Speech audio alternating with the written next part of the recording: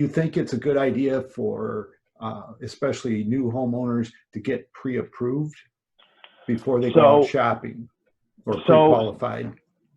so not only should you get pre-approved and pre-qualified before you own a home, or before you go home shopping to save yourself time, but you're also really saving time for your loan officers and your real estate people because a ton of people want to go see homes. Oh my God, I really like this home. Let me go check it out. And they have no idea that, they have loans that might be in default or, debts that they never closed out and it's dragging their credit score down. So it's a terrific idea to not only get, pre-approved, but to get pre-qualified. And one of the biggest differences when someone pre-approves you, they're gonna run your credit to check out your credit score, and that's gonna show your monthly debts. So they'll have your credit score, they'll have your monthly debts, and they'll say, hey, send me a pay stub so we can see how much income you have and to calculate what you're qualified for. But being pre-qualified, what I just described was the pre-approval. Being pre-qualified is not only checking your credit score and your income, but you go a step further when you pre-qualify, and you can say, okay, based off of the counties that you're looking for, this is the amount of insurance or the amount of taxes you're going to pay every year, and really get a definitive number of how much you're going to go ahead and qualify for. So the pre-approval, it's just kind of like the basic, credit score, income, debts.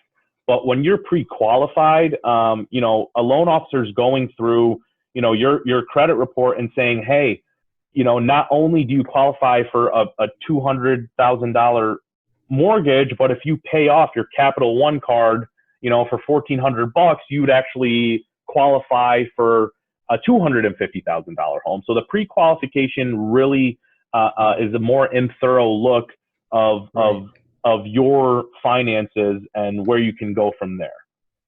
Okay. So yeah. always get pre-qualified. Always get pre-qualified. It's sad when someone and sometimes I've had clients that you pre-qualify them, you pre-approve them.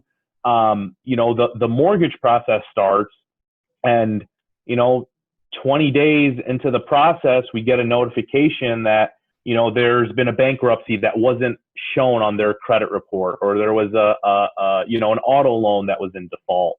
A collections company might be coming after this person. So, if you've never really had a hard pull on your credit for a automobile, a card or a credit card, sometimes, when you get your credit pulled, what it basically does is it sends out a signal to all these different financial companies with your social security card or social security number and date of birth.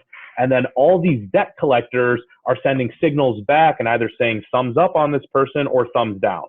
So, I've had people who I'll ask them on the phone, have you had any judgments, any bankruptcies, any liens? And, they'll just flat out blatantly lie and say, no, I haven't. And when we pull their credit, nothing is reporting on their credit. And we're thinking, awesome.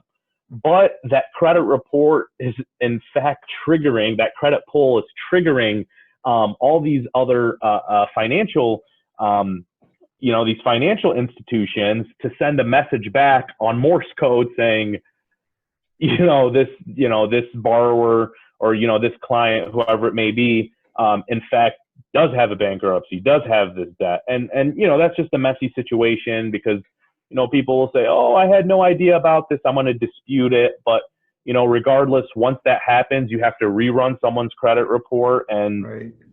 Cross your fingers and hope that their credit score hasn't been damaged too bad. But, most of the times it's kind of a, Yeah. yeah. Yeah.